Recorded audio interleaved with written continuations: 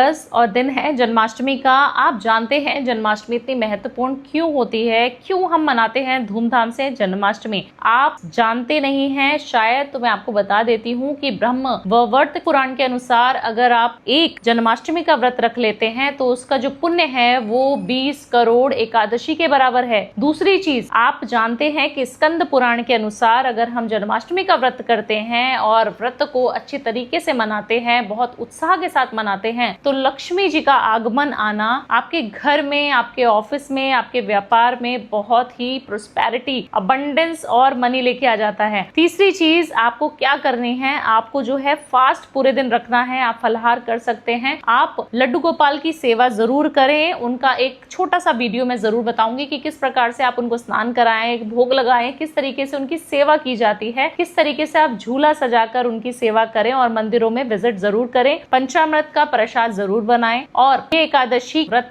की जो महत्वता है उससे भी ज्यादा, जबकि बोला जाता है कि एकादशी का जो व्रत होता है वो सर्वोपरि है, बहुत बड़ा व्रत माना जाता है, बट उससे भी अच्छा और इम्पोर्टेंट व्रत जो है सिर्फ एक जन्माष्टमी का व्रत है। तो इस व्रत को जरूर करें। भविष्योत्तर पुराण के अनुसार अगर आप इस व्रत को करते हैं, आप जन्माष्टमी का अगर व्रत कर लेते हैं, तो आप जानते हैं आपके घर से कलेश, लड़ाई झगड़े, दरिद्रता, आकस्मिक मृत्यु, काफी सारे लोगों के घरों में एक्सीडेंट हो जाते हैं, वो सारी जो बलाएं हैं वो टल जाती हैं सिर्फ एक व्रत करने से। जी हाँ, जन्माष्टमी का। तो आप जन्माष्टमी को बहुत धूमधाम से मनाएं, बहुत हर्षोल्लास के साथ कान्हा जी की सेवा करें, ठाकुर जी को अपने घर लेके आए, उनको वस्त्र पहनाएं और फास्ट का जो पालन है वो नियम पूर्वक करें, कीर्तन करें, भजन करें, डांस करें। और छोटे जो बच्चे होते हैं उनकी भी आपको सेवा करनी है, उनको भी आपको प्रसन्न करना है, उनको भी खुश रखें। तो अपने मोहल्ले के जितने बच्चों को आप कुछ कैंडीज, टॉफीज बांट सकते हैं, क्योंकि देखिए हर जन्म में ही कृष्ण जी हैं। जो बच्चे होते हैं उसमें कृष्ण और राधा का स्वरूप होता है। बोला जाता है कि अगर साक्षात भगवान को आपको देखना है तो सबसे अच्छा स्वरूप जो भगवान का दिखता है वो बच्चों के अंदर होता है, छल कपट बच्चों के अंदर नहीं होती। तो बच्चों की सेवा करेंगे तो साक्षात कृष्ण जी की सेवा का फल आपको 100% मिलने वाला है। और ये व्रत आपके लिए बहुत इंपॉर्टेंट, बहुत सारी खुशियां लेके आने वाला है। तो हैप्पी